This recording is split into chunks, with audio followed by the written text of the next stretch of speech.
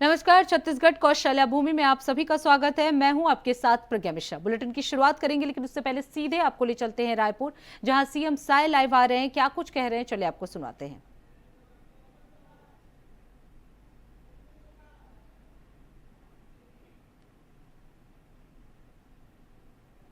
तो आपको बता दें, छत्तीसगढ़ के मुख्यमंत्री विष्णुदेव साय ने मंत्रालय महानदी भवन में आयोजित मेरा युवा भारत माय भारत की प्रदेश स्तरीय समीक्षा बैठक में हिस्सा लिया।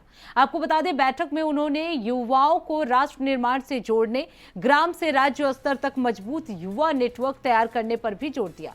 इस दौरान मुख्यमंत्री ने बताया कि देश भर में 2.65 करोड़ से अधिक और छत्तीसगढ़ में 6.60 लाख से ज्यादा युवा माय भारत से जुड़ चुके हैं। उन्होंने कहा कि प्रधानमंत्री नरेंद्र मोदी के नेतृत्व में देश के प्रत्येक युवा को विकास की मुख्य धारा से जोड़कर राष्ट्र निर्माण में उनकी भागीदारी सुनिश्चित की जानी चाहिए। मुख्यमंत्री ने बस्तर के युवाओं को भी माय भारत अभियान से जोड़ने के निर्देश दिए। उन्होंने कहा कि इससे बस्तर के युवाओं की प्रतिभा, नेतृत्व क्षमता और नवाचार को नए अवसर भी मिलेंगे। वहीं बैठक में युवाओं की सक्रिय भागीदारी और संगठन को मजबूत करने पर भी चर्चा हुई।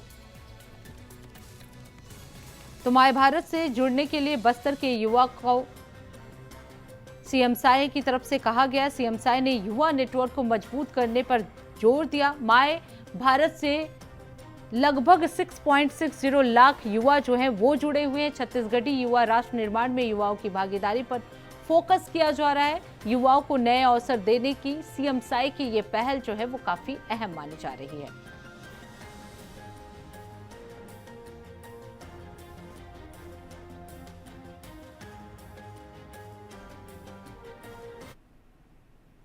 अब सीधे आपको ले चलते हैं रायपुर, जहां सीएम साय जो है वो लाइव आ रहे हैं। क्या कुछ कह रहे हैं, चलिए आपको सुनाते हैं।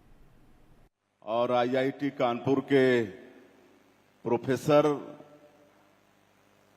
आदरणीय विनोद तारे जी, मैं चाहूंगा कि उनके स्वागत में आप लोग करतल ध्वनि करें।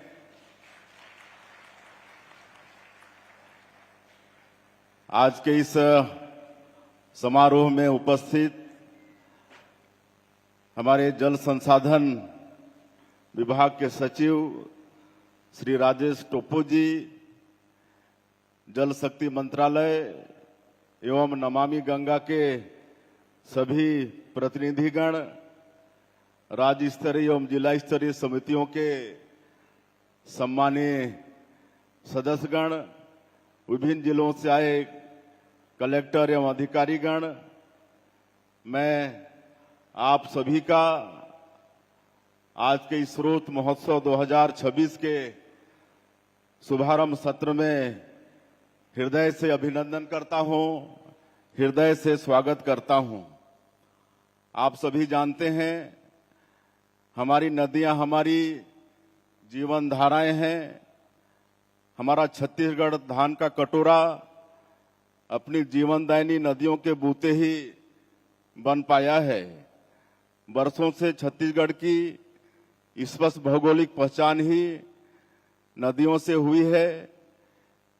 आप सब याद करेंगे तो हमारे छत्तीसगढ़ में एक लोकगीत है, अभी भी माताएं उसको गुनगुनाती हैं और विशेषकर अपने छोटे छोटे बच्चों के समक्ष अटकन बटकन दही चटाकन, चल बेटी गंगा जाबो, गंगा ले गोदावरी जाबो, गोदावरी जाबो, ऐसा आज भी गांव में गाते हैं। तो ये जो हमारा छत्तीसगढ़ है, ये गंगा जी का निचला क्षेत्र है और गोदावरी का ऊपर का क्षेत्र है। नदियां हमारी पहचान है।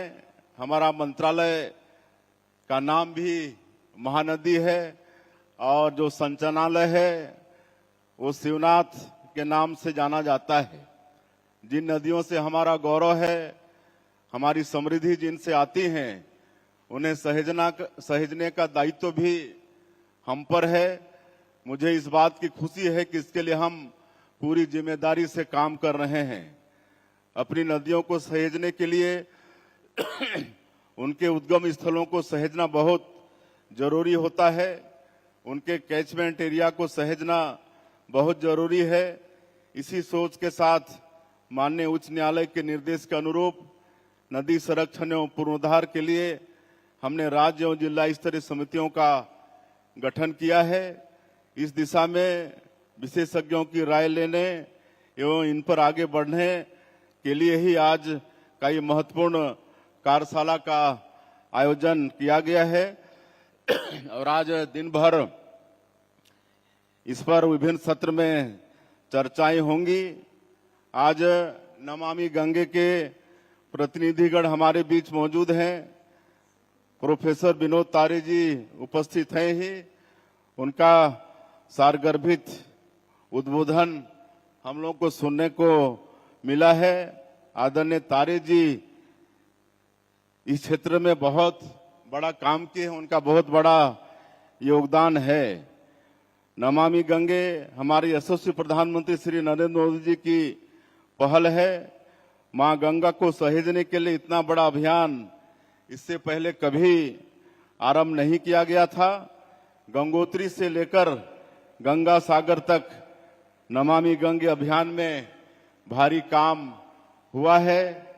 जब हम बनारस के घाटों में जाते हैं तो साफ सुथरे घाट नजर आते हैं। इससे पहले इन घाटों की दुर्दशा पर बहुत दुख होता था। गंगा जी के किनारे बसे कानपुर, प्रयागराज, बनारस जैसे शहरों में गंगा जल के संरक्षण के लिए जो काम किया गया है वो हमारी सबसे पवित्र नदी को सुरक्षित करने का सबसे बड़ा अभियान है। हम प्रदेश में भी नमामि गंगे की तर्ज पर 5 प्रमुख स्तंभों पर काम करने वाले हैं। एक तो मानचित्रण, संरक्षण, पुनर्भरण, जन भागीदारी और कार्य योजना। नदी के संरक्षण के लिए जरूरी है कि उसके जल ग्रहण क्षेत्रों का मानचित्रण हो। हर नदी का मानचित्र हमारे पास मौजूद हो। नदी के जल का स्रोत क्या है, यह स्रोत किन क्षेत्रों से प्रवाहित होकर जाता है, इसका प्रवाह किन कारणों से प्रवाहित हो रहा है, यह सब जानना बहुत जरूरी होता है। एक बार नदी का पूरा इकोसिस्टम हमें पता चल जाए तो जल संरक्षण की समग्र रणनीति पर काम होता है। इसके लिए वन संरक्षण, पारंपरिक जल संरचनाओं का संरक्षण, जल संरक्षण की संरचनाओं का निर्माण आदि कार्य व्यापक स्तर पर हम आने वाले समय में करने वाले हैं। हमारी जीवनदायिनी नदियां साल के अधिकतर समय सदा नीरा बनी रहे, इसके लिए जरूरी है कि बारिश के पानी को अधिकतम मात्रा में भूमिगत करें। उसके लिए विकसित भारत जी राम जी योजना जो 1 जुलाई से शुभारंभ हुआ है बहुत ही उपयोगी साबित होगी। इसमें जल संरक्षण पर सबसे ज्यादा जोर दिया गया है। मुझे इस बात की भी खुशी है कि पिछले 2.5 वर्षों में यह काम बड़ी मात्रा में हुआ भी है। अखबारों में जब राज्य के विभिन्न जिलों तो सीएम विष्णुदेव साय को आप सुन रहे थे। अब रुक कर लेते हैं खबरों की ओर। रायपुर में पूर्व मुख्यमंत्री भूपेश बघेल ने कई राजनीतिक मुद्दों पर प्रतिक्रिया दी।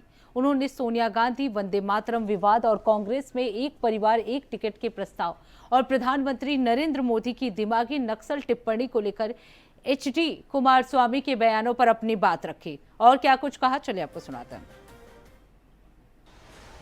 देखिए, ये उनकी खीज है और आज खड़गे साहब ने बिल्कुल सही जवाब दिया। कानून बना दिए, निश्चित रूप से हम लोग उसको स्वीकार करते हैं, उसको गाएंगे भी। लेकिन सवाल इस बात का है, जिस गीत को महात्मा गांधी ने, रविन्द्रनाथ टैगोर ने, सुभाष चंद्र बोस ने, सरदार पटेल ने, राजेंद्र बाबू ने, सबने जिसको गाया, तो फिर अब तो उनके खिलाफ भी एफआईआर होना चाहिए। जो बात कहें इसका जवाब इनको देना चाहिए। जहाँ तक कि सोनिया जी के बारे में है, वो किसी भारतीय महिला से कम नहीं है। जब से ब्याह होकर आई है वो भारत की होकर रह गई। और घर के बहू को इस प्रकार से अपमानित करना, मतलब ये देवेगौड़ा साहब भी भारतीय जनता पार्टी या आरएसएस के संपर्क में रह के उसी प्रकार के भाषा का प्रयोग कर रहे हैं, जो निंदनीय है। उसकी मैं निंदा करता हूँ। अब रुक कर लेते हैं अगली खबर की। दुर्ग जिले के भिलाई में करीब 25 दुकानों को हटाने के नोटिस के खिलाफ व्यापारियों और स्थानीय निवासियों ने विरोध प्रदर्शन किया है। प्रदर्शनकारियों ने कार्रवाई का विरोध करते हुए प्रशासन से नोटिस वापस लेने और मामले का समाधान निकालने की मांग की है। व्यापारियों का कहना है कि दुकानों के हटने से उनके सामने रोजी रोटी का संकट खड़ा हो जाएगा। विरोध प्रदर्शन के दौरान क्षेत्र में लोगों की भीड़ जुट रही है। वहीं मामले की जानकारी मिलने पर सांसद विजय बघेल भी जो है वो मौके पर पहुंचे और व्यापारियों और स्थानीय लोगों से बातचीत की। कि हम लोग 70 वर्षों से रेलवे के जमीन में चाय बेचते हैं, जैसे कि मेरे मम्मी पापा पहले बेचते थे, अब हम लोग बेचते हैं। तो जो पार्षद 4 सालों में कुछ नहीं कर पाया है ना, वो अनशन पे मात्र एक दिन के लिए बैठ के वो हमारे दुकानों को बोलता है रेलवे के दामाद है क्या, है ना। तो हम लोग के रोजी रोटी में वो लात मार रहा है। हमको ऐसा पार्षद नहीं चाहिए जो हम जनता के लिए वो लड़ाई लड़ना छोड़ के हम लोगों को हमारे रोजी रोटी से मतलब बेघर कर रहा है ना। तो ऐसा पार्षद हमें नहीं चाहिए। और आप उन पार्षद से जाके पूछिए कि हम उस 5 सालों में अपने 23 नंबर वार्ड में क्या कार्य करे हैं। आप जाके 21 नंबर वार्ड का हाल देखिए, जो पानी को हम पी रहे हैं वो पानी भी हमारे लिए हानिकारक है। रेलवे ने कभी आपको नोटिस दिया क्या? हाँ, रेलवे ने नोटिस दिया है। उनके दबाव में दिया है ना। उनके दबाव में दिया? हाँ, उनके दबाव में। सांसद से मिले हैं, क्या कहा सांसद? सांसद जी ने बोले हैं हम लोग को कि मतलब आप लोग का कुछ नहीं होगा, ऐसे करके बात किए हैं आगे, ऐसे है ना। और लेकिन जो भी है ये पार्षद है जो बहुत बेकार है, जो हमारे लिए नहीं। हम तो उनको चुने हैं ना भाई कि हमारा अच्छा करेंगे करके, लेकिन कुछ भी अच्छा।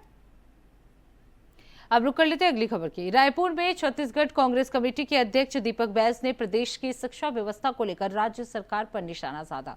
उन्होंने आरोप लगाया कि पूरे राज्य में शिक्षा व्यवस्था की स्थिति खराब हो गई है और इसका खामियाजा भी बच्चों को भुगतना पड़ रहा है। दीपक बैस के मुताबिक कई स्कूलों में पर्याप्त शिक्षक नहीं है, जबकि कुछ विद्यालयों में बुनियादी सुविधा में उचित भवन तक भी अभाव है।